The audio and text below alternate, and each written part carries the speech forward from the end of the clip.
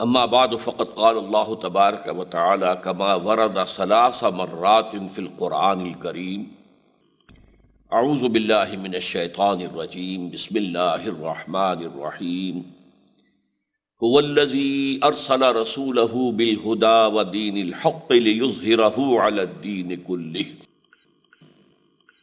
وقال تبارک و تعالی کما ورد فی سورۃ المائدہ اليوم اکملت لکم دینکم واتممت علیکم نعمتی ورضیت لکم الاسلام دینا وقال جل وعلا کما ورد فی سورۃ آل عمران ان الدین عند اللہ الاسلام وقال کما ورد فی نفس السورہ ومن یبتغ غیر الاسلام دینا فلن يقبل منہ وقال جل وعلا کما ورد فی سورۃ الحجرات قالت الاعراب آمنا قل لم تؤمنوا ولكن قولوا اسلمنا ولما يدخل الايمان في قلوبكم صدق اللہ العظیم رب اشرح لي صدری ويسر لي امری واحلل عقدۃ من لسانی یفقہوا قولی۔ محترم ناظرین اور محترم خواتین، السلام علیکم ورحمۃ اللہ وبرکاتہ۔ سیرت النبی علی صاحب الصلاۃ والسلام کے ضمن میں جو دو گفتگویں اس سے قبل ہو چکی ہیں، ان میں سے پہلی گفتگو کا لب لباب یہ تھا کہ نبی اکرم صلی اللہ علیہ وسلم پر نبوت اور رسالت کے سلسلے کا منقطع ہو جانا، کہ اب آپ کے بعد نہ کوئی نبی آیا ہے نہ آئے گا تا قیام قیامت، یہ ایک واقعہ ہے اور ہمارے لیے جزو ایمان ہے، لیکن اس میں حضور کی فضیلت کا کوئی خاص پہلو نہیں ہے۔ حضور کی فضیلت کا جو پہلو ہے وہ اصل میں تکمیل نبوت اور رسالت ہے، کہ آپ پر نبوت کی بھی تکمیل ہو گئی اور رسالت کی بھی تکمیل ہو گئی۔ دوسری گفتگو میں ہم نے نبوت کی تکمیل کا جو مظہر اول ہے، تکمیل ہدایت قرآن مجید کی شکل میں، وہ ہدایت کا سلسلہ جو وحی آسمانی کے ذریعے سے چلا آ رہا تھا، انبیاء کرام کو اللہ کی طرف سے آ رہا تھا، وہ اپنے نقطۂ عروج کو پہنچا، مکمل ہو کر ختم ہو گیا۔ اب آج ہماری گفتگو کا موضوع ہے کہ نبوت کی تکمیل کا دوسرا مظہر کیا ہے۔ میں نے جو آیت پہلے بھی تلاوت کی تھی اور آج پھر آغاز میں تلاوت کی ہے، وہ یہ ہے کہ 3 مرتبہ قرآن مجید میں یہ الفاظ آئے ہیں، هو الذی ارسل رسولہ بالہدی ودین الحق لیظہرہ علی الدین کلہ۔ وہی ہے اللہ جس نے بھیجا ہے اپنے رسول صلی اللہ علیہ وسلم کو 2 چیزیں دے کر، الہدی ہدایت کاملہ قرآن حکیم، اور دین حق ایک سچا نظام، عادلانہ نظام، اللہ کا نظام، دین حق، تاکہ اسے غالب کریں پورے کے پورے دین پر یا تمام ادیان پر۔ یہ الفاظ قرآن مجید میں 3 دفعہ آئے ہیں، سورہ توبہ آیت نمبر 33، سورہ فتح آیت نمبر 28، سورہ صف آیت نمبر 9۔ اب اس میں معلوم ہوا کہ حضور صلی اللہ علیہ وسلم 2 چیزیں دے کر بھیجے گئے، ایک الہدی جس میں ہدایت کامل ہو گئی، جس پر ہماری گفتگو ہو چکی ہے، دوسرے دین حق، اور دین حق بھی تکمیل پا گیا حضور پر، جیسے کہ سورہ مائدہ کی آیت میں نے آپ کو سنائی، الیوم اکملت لکم دینکم واتممت علیکم نعمتی ورضیت لکم الاسلام دینا۔ آج کے دن میں نے تمہارے لیے تمہارے دین کو کامل کر دیا اور تمہارے لیے اپنی نعمت ہدایت کا اتمام کر دیا، اور اب ہمیشہ کے لیے تا قیام قیامت میں راضی ہو گیا ہوں کہ تمہارے لیے دین اسلام ہے۔ اسی حوالے سے میں نے مزید سورہ آل عمران کی 2 آیات کا حوالہ دیا، ان الدین عند اللہ الاسلام، اللہ تعالیٰ کے نزدیک معتبر دین، مقبول دین صرف اسلام ہے۔ اور نفی کے انداز میں بھی کہا گیا وَمَن يَبْتَغِ غَيْرَ الْإِسْلَامِ دِينًا فَلَن يُقْبَلَ مِنْهُ، جو کوئی اسلام کے سوا کسی دین کو اختیار کرے گا وہ اس کی جانب سے قبول نہیں کیا جائے گا۔ اس کے علاوہ میں نے سورہ حجرات کی آیت نمبر 14 کا بھی حوالہ دیا ہے، کہ جس میں ایمان اور اسلام کا ایک فرق واضح کیا گیا ہے۔ چنانچہ فرمایا گیا قالت الاعراب آمنا قل لم تؤمنوا ولكن قولوا اسلمنا۔ اے نبی صلی اللہ علیہ وسلم، یہ بدو کہہ رہے کہ ہم ایمان لے آئے، ان سے کہہ دیجئے کہ تم ایمان نہیں لائے ہو، ہرگز ایمان نہیں لائے ہو، بلکہ یوں کہو کہ ہم مسلمان ہو گئے، ہم اسلام لے آئے۔ ولما يدخل الاسلام فی ایمان فی قلوبکم، اور ابھی تک ایمان تمہارے دلوں میں داخل نہیں ہوا۔ گویا کہ حضور صلی اللہ علیہ وسلم پر جہاں ایک طرف ہدایت کامل ہو گئی، دین کامل ہو گیا۔ اب یہاں سمجھنا ہے کہ دین کہتے کسے ہیں۔ دیکھیے عربی زبان میں دین کا جو بنیادی مفہوم ہے وہ ہے جزا و سزا۔ ہم کہتے ہیں مالک یوم الدین، جزا و سزا کے دن کا مختار مطلق ہے۔ یہ دین جو ہے اصل میں اسی سے ایک لفظ بنا ہے، دین، قرض۔ وہ قرض وہ شے ہے جو واپس آتی ہے، جیسے کسی عمل کی جزا یا سزا آتی ہے واپس اس عمل کے کرنے والے کی طرف لوٹتی ہے، اسی طرح قرض ہے، اس کے مقابلے میں ہبہ ہے، ہدیہ ہے۔ یہ واپسی کے لیے نہیں ہوتا، دین واپسی کے لیے ہوتا ہے۔ تو یہ در حقیقت جزا و سزا کے لیے بنیادی لفظ ہے جو قرآن مجید میں آیا۔ چنانچہ ایک سورہ مبارکہ کا آپ کو معلوم ہے آغاز ہے، ارأیت الذی یکذب بالدین، کیا تم نے دیکھا اس شخص کو کہ جو دین کا انکار کرتا ہے، جزا و سزا کا انکار کرتا ہے۔ اچھا ظاہر بات ہے کہ جزا و سزا کسی قانون کے تحت ہوتی ہے۔ جزا ہے تو اس قانون کے مطابق زندگی گزاری گئی ہے اور اس کی خدمت کی گئی ہے اس نظام کی، تو اچھا بدلہ ملے گا، اور اگر اس کی خلاف ورزیاں کی گئی ہیں، قوانین توڑے گئے، تو سزا ملے گی۔ اسی سے یہ قانون کے معنی میں آ گیا۔ اور ظاہر بات ہے کہ قانون دینے والا کوئی ہوتا ہے، شارع کون ہے، قانون ساز کون ہے؟ وہ ظاہر بات ہے کہ جو شخص کا بھی یہ اختیار ہے کہ وہ قانون بنائے، وہ ہے کہ جس کے لیے کہا جائے گا کہ یہ اس کا دین ہے۔ قرآن مجید میں یہ لفظ سورہ یوسف میں آیا۔ حضرت یوسف علیہ السلام کے پاس جب ان کے چھوٹے بھائی بنیامین آئے ہیں تو وہ انہیں اپنے پاس روکنا چاہتے تھے، لیکن یہ ہے کہ جو قانون تھا بادشاہ کا نظام، وہ انہیں اس کی اجازت نہیں دیتا تھا۔ ما کان لیأخذ اخاہ فی دین الملک، بادشاہ کا نظام کیا تھا وہاں؟ اصل میں حضرت یوسف علیہ السلام بادشاہ تو نہیں تھے، بادشاہ تو وہ تھا جس نے خواب دیکھا تھا، جس کی تعبیر حضرت یوسف علیہ السلام نے بتائی تھی، اور اس نے پھر آپ کو ایک بہت بڑا عہدہ دیا تھا، اور گویا کہ یوں سمجھیے وزیر اعظم کہہ لیجئے، وزیر خوراک کہہ لیجئے، جو بھی اس کو کہنا چاہیں، وہ ان کو عہدہ دیا گیا۔ لیکن ظاہر بات ہے کہ نظام وہاں، قانون جو تھا وہ بادشاہ کا تھا۔ اس بادشاہ کے قانون میں ان کے لیے گنجائش نہیں تھی کہ اپنے بھائی کو روک سکتے۔ تو اللہ تعالیٰ نے انہیں ایک ہیلا سجھایا اور اللہ تعالیٰ نے اسے اپنی طرف منسوب کر لیا۔ کذالک کدنا لیوسف ما کان لیأخذ اخاہ فی دین الملک، اسی طرح ہم نے یوسف کے لیے ایک تدبیر بنا دی، ایک ہیلا بنا دیا۔ تو دین الملک کیا ہوا؟ وہ نظام جس میں اختیار مطلق بادشاہ کے پاس ہوتا ہے، اس کی زبان سے نکلنے والا لفظ قانون ہے۔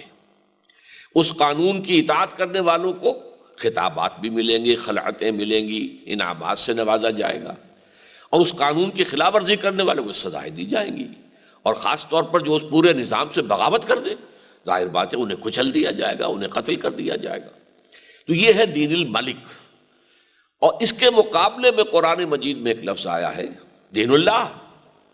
آپ کو معلوم ہے سورہ مبارکہ اذا جاء نصر اللہ والفتح ورأیت الناس يدخلون فی دین اللہ افواجا، جب اللہ کی مدد آ گئی اور اللہ کی نصرت آ گئی، اور تم نے دیکھا ہے نبی صلی اللہ علیہ وسلم کہ اب لوگ فوج در فوج دین میں داخل ہو رہے ہیں، دین اللہ میں داخل ہو رہے ہیں۔ اب یہ دین اللہ کیا ہے؟ اللہ کو حاکم مطلق مانا جائے، اللہ کو قانون ساز مانا جائے، شارع مانا جائے، شریعت دینے والا مانا جائے، اور اس نظام کے تحت پوری زندگی استوار ہو جائے، یہ دین اللہ ہے۔ تو دین الملک کے مقابلے میں دین اللہ۔ اب آج کے حوالے سے میں ایک اصطلاح آپ کے سامنے لا رہا ہوں، اور وہ ہے دین الجمہور۔ آج کی پوری دنیا میں جسے کہ سب سے زیادہ عمدہ نظام سمجھا جاتا ہے جمہوریت، وہ اصل میں کیا ہے؟ دین الجمہور، کیونکہ وہاں اصل اختیار جمہور کے پاس ہے۔ Sovereignty belongs to the people، حاکمیت عوام، اور حاکمیت کے جو اصل حامل ہیں ان کے نمائندے جو چاہیں قانون بنا دیں۔ وہ چاہیں تو دو مردوں کی شادی کو لیگلائز کر دیں، اس کو رجسٹر کریں، جن میں سے ایک مرد شوہر کا درجہ رکھے گا قانون کی نگاہ میں، اور دوسرا مرد جو ہے وہ بیوی کا حصہ کا مقام رکھے گا۔ تو ان کو اختیار ہے، جو چاہیں شراب پر پابندی لگا دیں، چاہے شراب کی کھلی اجازت دے دیں، چاہے زنا جو ہے اس کے اوپر کوئی سزا دے، چاہے کہہ دے کہ زنا بالرضا ہے تو قطعاً کوئی جرم نہیں ہے، کوئی سزا نہیں ہے۔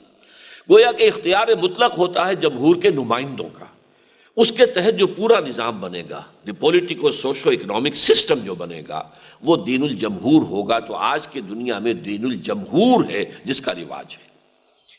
اب میں آتا ہوں اس بات کی طرف کہ یہ دین کے نظام میں بھی، جیسے کہ میں نے عرض کیا تھا، کہ ہدایت میں بھی ارتقا ہوا تدریجاً۔ یہ ہدایت ترقی کرتے ہوئے اپنے نقطۂ عروج کو قرآن حکیم میں الہدا کی شکل میں دنیا کے سامنے آ گئی۔ اسی طرح دین کے معاملے میں بھی ارتقا ہوا ہے۔ دیکھیے، ایک زمانہ وہ تھا کہ جو لوگ غاروں میں رہتے تھے، اب وہاں کوئی میونسپلٹی بھی نہیں تھی، کوئی سڑکوں کی صفائی بھی نہیں تھی، کوئی نالیاں نہیں تھی کہ انہیں صاف کرنا ہو، کوئی نظام تھا ہی نہیں سرے سے، بلکہ ہر جو ہے غار کا مالک وہ گویا کہ مختار مطلق تھا۔ I am the monarch of all, I survey, میں جو چاہوں کروں اپنی غار کے اندر، کوئی مجھ سے پوچھنے والا نہیں۔ لہذا وہاں نظام کوئی نہیں تھا، اور جب نظام نہیں تھا تو گویا کہ افراد کو بہت زیادہ آزادی حاصل تھی۔ اب اس کے بعد تمدنی ارتقاء کا پہلا مرحلہ آیا، قبائلی نظام۔ ایک قبیلہ ہے، تم اس قبیلے کو بلونگ کرتے ہو، تمہارے قبیلے کا فلاں سردار ہے، تمہیں اس سردار کی اطاعت کرنی ہوگی، تمہارے قبیلے کی یہ ریت ہے، یہ رسم ہے، یہ رواج ہے، تمہیں اس کی پابندی کرنی ہوگی۔ یہ قبائلی نظام ہے، یہ گویا کہ سوشل ایولیوشن، عمرانی ارتقاء کا پہلا مرحلہ ہے۔ اب یہاں آپ نے دیکھا کہ اب وہ آزادی پر قدغنیں لگ گئیں۔ جو قبیلے کا سردار ہے، اس کا حکم آپ کو اچھا لگے نہ لگے ماننا ہوگا۔ کوئی رسم ہے، ریت ہے، رواج ہے اپنے قبیلے کی، آپ کو ذاتی طور پر وہ پسند نہ ہو تب بھی آپ کو پابندی کرنی پڑے گی۔ تو جیسے جیسے نظام کا ارتقاء ہوا، انسان کی انفرادی پابندی کم ہوتی گئی اور اجتماعی پابندی بڑھتی چلی گئی۔ اب اس کے بعد اگلا سٹیج آیا جسے ہم کہتے ہیں سٹی سٹیٹس، شہری ریاستیں۔ ایک شہر میں 3 قبیلے، 4 قبیلے، 5 قبیلے آ کر آباد ہو گئے۔ اب ہر قبیلہ اپنی جگہ پر مکمل یونٹ ہے، اس کا سردار ہے اور اس کا حکم جو ہے وہ قبیلہ مانتا ہے۔ لیکن یہ جو 3، 4، 5 قبیلے ایک شہر میں رہ رہے ہیں، ان کے درمیان معاملہ کس بنیاد پر ہوگا؟ تو یہاں سے اب سوال پیدا ہوا، کچھ نہ کچھ دستور ہونا چاہیے۔ یعنی قبائل کے درمیان اگر کوئی جھگڑا اٹھے تو کیا طے ہوگا، کس طرح ہوگا، کس طریقے سے معاملات طے کیے جائیں گے۔ ایک قبیلے کا آدمی دوسرے قبیلے کے آدمی کو قتل کر دے تو پھر کیا دیت ہوگی، کیا اس کا خون بہا ہوگا؟ تو کوئی نہ کوئی، چاہے وہ لکھا ہوا نہ ہو، لیکن ایک دستور کی شکل دنیا کے اندر پیدا ہو گئی۔ اب میں ان چیزوں کی مثال دیتا ہوں آپ کو سیرت النبی سے علیہ صاحب الصلاۃ والسلام۔ مکہ ایک قبیلے کا شہر تھا۔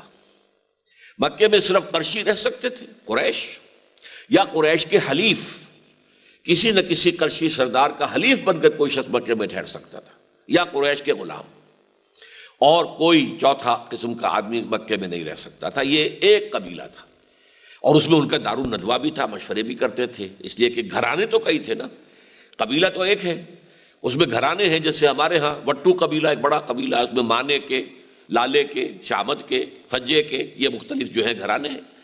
اس طرح قریش کے اندر یہ بنو امیہ ہیں، یہ بنو ہاشم ہیں، یہ بنو عدی ہیں، یہ بنو تیم ہیں۔ تو اس طریقے سے ان کے جو ہے وہ گھرانے موجود تھے، لہذا انہوں نے ایک دارالندوہ بنا رکھا تھا، اس میں وہ بیٹھ کر فیصلے کرتے تھے۔ لیکن مدینہ منورہ جو ہے وہ اصل میں ایک ہائر سٹیج تھی سوشل ایولیوشن کی، جو حضور کے زمانے میں تھی، اور وہ یہ کہ وہاں 5 قبیلے رہتے تھے۔ 2 وہ تھے جنہیں ہم کہیں گے سنز آف دی سوائل، اوس اور خزرج۔ 3 تھے یہودی قبیلے جو وہاں آ کر آباد ہو گئے تھے۔ وہ 3 یہودی قبیلے جو ہیں وہ بھی ان قبائل میں سے، اوس اور خزرج میں سے کسی نہ کسی کے حلیف ہوتے تھے۔ اب ان کے مابین ایک بات طے تھی مثال کے طور پر کہ اگر اوس کا آدمی خزرجی کو قتل کرے گا تو وہ 1/3 دیت دے گا، یعنی فرض کیجئے کہ پھر وہ 100 اونٹ دے گا خون بہا کے طور پر۔ یعنی اگر کوئی اوسی کسی خزرجی کو قتل کرے گا تو 3 گنا دیت دے گا، 300 اونٹ دے گا فار ایگزامپل۔ خزرجی اوسی کو قتل کرے گا تو صرف 100 اونٹ دے گا، دیت کم ہوگی۔ اب آپ سوچئے کہ اوسی نوجوانوں کے خون کھولتا ہوگا کہ کیا ہماری جان کی قیمت جو ہے وہ خزرجی جوان کی قیمت سے کم ہے؟ لیکن بہرحال آپ کو رہنا ہے، یہاں مدینے میں رہنا ہے۔ خزرج کا قبیلہ بڑا تھا اور یہ چھوٹا قبیلہ تھا، آپ کو ماننا پڑے گا۔ اس کے بعد اگلی سٹیج آئی ہے، اور یہ بھی حضور کے زمانے تک مکمل ہو چکی تھی، اور وہ کیا تھی؟ عظیم امپائرز، عظیم مملکتیں وجود میں آئیں۔ رومن امپائر، ایرانین امپائر صدیوں سے چلی آ رہی تھی، اور یہ 2 سپر پاورز تھی اس وقت کی۔ اب کیا ہوا؟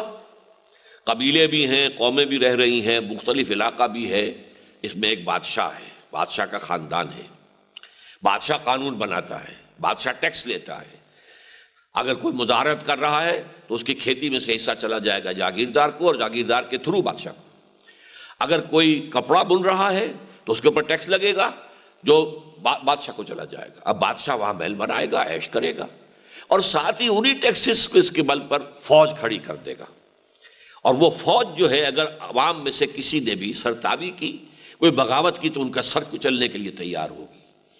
یہ نظام تھا جس میں کہ بدترین ظلم جو ہے انسان پر اپنی انتہا کو پہنچ گیا۔ محنت کرے کسان، عیش کرے جاگیردار، اور اس سے آگے بڑھ کر بادشاہ۔ محنت کرے کرگے پر بیٹھ کر بننے والا، اور عیش کر رہا ہے اس سے ٹیکس لے کر وہ جو بادشاہ ہے۔ اور ظاہر بات ہے کہ اب بادشاہ کا قانون جو ہے مسلط ہو گیا ہے، اور اب عوام جو بھی ہے وہ بادشاہ کے قانون کے پابند ہیں، انہیں تو اس کے قانون پر چلنا ہوگا۔ انسان کی آزادی گھٹتے گھٹتے یہاں تک آ گئی۔ یہ ہے وہ وقت جب کہ محمد الرسول اللہ صلی اللہ علیہ وسلم کو مبعوث کیا گیا۔ یہ جو نظام بڑھتے بڑھتے امپائر اور عظیم مملکتوں کی شکل اختیار کر گیا تھا، اب اس نظام کے ظلم سے نجات دلانے کے لیے اللہ تعالیٰ نے اپنے نبی صلی اللہ علیہ وسلم کے ذریعے دین حق، سچا نظام، عادلانہ نظام، معتدل نظام وہ عطا فرمایا، اور یہ نظام اب مکمل کر دیا۔ فرمایا الیوم اکملت لکم دینکم واتممت علیکم نعمتی ورضیت لکم الاسلام دینا۔ اب اسی میں بات عرض کرنا چاہتا ہوں کہ جب حضور صلی اللہ علیہ وسلم کی حیات دنیاوی کے آخر میں جب چیلنج کر دیا گیا تھا کہ اب تمہارے لیے جو ہے کوئی موقع نہیں ہے مشرکین کے لیے یہاں رہنے کا، یا تو ایمان لے آئیں اور یا قتل عام ہو جائے گا، تو اب فتح کے بعد، اور خاص طور پر اس اعلان کے بعد، فتح مکہ کے بعد بھی صورت ہو گئی تھی، لیکن یہ اس اعلان کے بعد تو پھر ایک بہت بڑی بات ہو گئی، تو لوگ جو ہیں فوج در فوج اسلام میں داخل ہونے شروع ہوئے، لیکن ان میں سے سب کے سب مومن نہیں تھے۔ یہی وجہ ہے کہ سورہ حجرات کے اندر کہا گیا قالت الاعراب آمنا قل لم تؤمنوا ولکن قولوا اسلمنا۔ یہ بدو کہہ رہے ہیں کہ ہم ایمان لے آئے، نبی ان سے کہیے تم ایمان نہیں لائے، اس مغالطے میں نہ رہو، اس غلط فہمی میں نہ رہو، تم یوں کہو کہ ہم اسلام میں آ گئے، نظام میں داخل ہو گئے، نظام کی بالادستی ہم نے قبول کر لی، اللہ کی حاکمیت، اللہ کے رسول کی جو ہے بالادستی ہم نے تسلیم کر لی، تو اس نظام میں تو تم آ گئے ہو، لیکن مومن اس وقت بنو گے جبکہ ایمان تمہارے دلوں کے اندر کھپ جائے گا۔ وَلَمَّا يَدْخُلِ الْإِيمَانُ فِي قُلُوبِكُمْ، ابھی تک ایمان تمہارے دلوں میں داخل نہیں ہوا۔ تو گویا کہ یہ نظام میں داخلہ تھا کہ اللہ کی حاکمیت اور اللہ کے نمائندے کی حیثیت سے اس کے رسول صلی اللہ علیہ وسلم کی اطاعت کو انہوں نے تسلیم کر لیا، مسلمان ہو گئے۔ تو دین اسلام ہے، اور وہی دین ہے جسے اللہ نے ہمیشہ کے لیے اب نوع انسانی کے لیے پسند کر لیا ہے۔ اس دین کے لیے حضور نے صلی اللہ علیہ وسلم اللہ تعالیٰ کے حکم سے جو کام کیا وہ کیا تھا کہ ایک عظیم جد و جہد کے ذریعے سے اس دین کو پورے عرب میں نافذ کر دیا، غالب کر دیا۔ اس پر تو ہماری گفتگو بعد میں ہوگی، لیکن اس میں دو باتوں کا اضافہ کرنا چاہتا ہوں۔ آج سے 1400 سال قبل دین مکمل ہو گیا، اور اس کے بعد انسان کو آزادی دے دی گئی کہ اب قرآن و سنت کی دو آنکھیں تمہیں عطا کر دی گئی ہیں، اس سے جو نئے مسائل پیدا ہوں ان میں اجتہاد کرو، لیکن قرآن میں جو کچھ ہے وہ ہمیشہ کے لیے واجب الاطاعت ہے، اور رسول کی جو سنت ثابتہ ہے وہ ہمیشہ کے لیے واجب الاتباع ہے۔ اب اس کے بعد انسان کے اجتماعی نظام میں دو تبدیلیاں اہم آئی ہیں۔ ایک پہلے تبدیلی آئی انڈسٹریل ریولوشن، جبکہ ایک مشین ایجاد ہوئی اور مشینوں کے ذریعے سے مزدوروں نے وہاں کام کرنا شروع کیا، تو معاشی نظام کے اندر ایک قدم اوپر آ گیا۔ اسی طریقے سے دوسری تبدیلی کیا آئی کہ ریاست اور ہے، حکومت اور ہے۔ کسی ریاست کے رہنے والے وہ اصل میں جو وفادار ہوتے ہیں وہ ہوتے ہیں اپنی ریاست کے۔ حکومت تو ریاست کا ایک انتظامی ادارہ ہے، ریاست کو چلانے والا ادارہ ہے۔ حکومت جو ہے اس سے آپ اختلاف بھی کر سکتے ہیں، اس کی پالیسی پر تنقید بھی کر سکتے ہیں۔ حکومتوں کو بدلنا یہ آپ کے اختیار میں ہے، چاہے تو الیکشن کے ذریعے سے حکومت بدل دی جائے، اور چاہے کسی عوامی تحریک، احتجاجی تحریک کے نتیجے میں حکومت بدل دی جائے۔ تو یہ دو مزید ترقیاں ہوئی ہیں، اور ان کے جو تقاضے ہیں اور ان کے ضمن میں اجتہاد کرنا پڑے گا کہ اب دین حق کے ان اصولوں کے تحت جو قرآن و سنت کی شکل میں مکمل ہو کر ہمارے پاس موجود ہیں، ان تبدیلیوں کے نتیجے میں ہمیں مزید کیا فیصلے کرنے ہوں گے، یہ اجتہاد کا معاملہ ہوگا، لیکن دین مکمل ہو چکا ہے، اور دین نام ہے اللہ کی کتاب اور اس کے رسول کی سنت کا صلی اللہ علیہ وسلم۔ تو میری آج کی گفتگو کا حاصل یہ ہے کہ نبی اکرم صلی اللہ علیہ وسلم پر تکمیل نبوت، میں نے عرض کیا تھا کہ حضور کی ذات میں نبوت اور رسالت جمع ہے۔ نبوت اللہ سے لینے والا حصہ ہے، یہ اینٹینا ہے جو وحی کو کیچ کر رہا ہے، اور رسالت لوگوں تک پہنچانے والا حصہ ہے۔ تو نبوت کے اعتبار سے دو چیزیں دی گئی، ایک الہدا جس میں کہ ہدایت کامل ہو گئی ہمیشہ کے لیے تا قیام قیامت، اور اس کی حفاظت کا اللہ نے ذمہ لے لیا، انا نحن نزلنا الذکر وانا لہ لحافظون۔ اور اسی طریقے سے دین مکمل ہو گیا۔ اجتماعی نظام کے اندر جو مختلف مسئلے پیدا ہوتے ہیں، عورت اور مرد کے درمیان کیا حقوق و اختیارات کا کیا توازن ہو، اسی طریقے سے انتظام کرنے والی حکومت اور جن کا انتظام کیا جا رہا ہے عوام، ان کے مابین حقوق اور اختیارات کی کیا تقسیم ہو، اسی طریقے سے ایک مالک ہے کارخانے کا اور ایک مزدور ہے جو وہاں کام کر رہے ہیں، ان کے مابین جو اس سے پیداوار ہو رہی ہے اس کے منافع میں کتنا حصہ ہونا چاہیے، یہ مسائل ہیں جو بڑے ٹیڑھے ہیں، لیکن اس کے لیے اصول جو ہیں وہ اس دین حق میں دے دیے گئے ہیں۔ اللہ تعالی ہمیں اس دین کامل کو اپنے ملک پاکستان میں اولاً اور پھر کل عالم انسانیت پر غالب کرنے کی توفیق عطا فرمائے، آمین یا رب العالمین۔ وآخر دعوانا ان الحمد للہ رب العالمین۔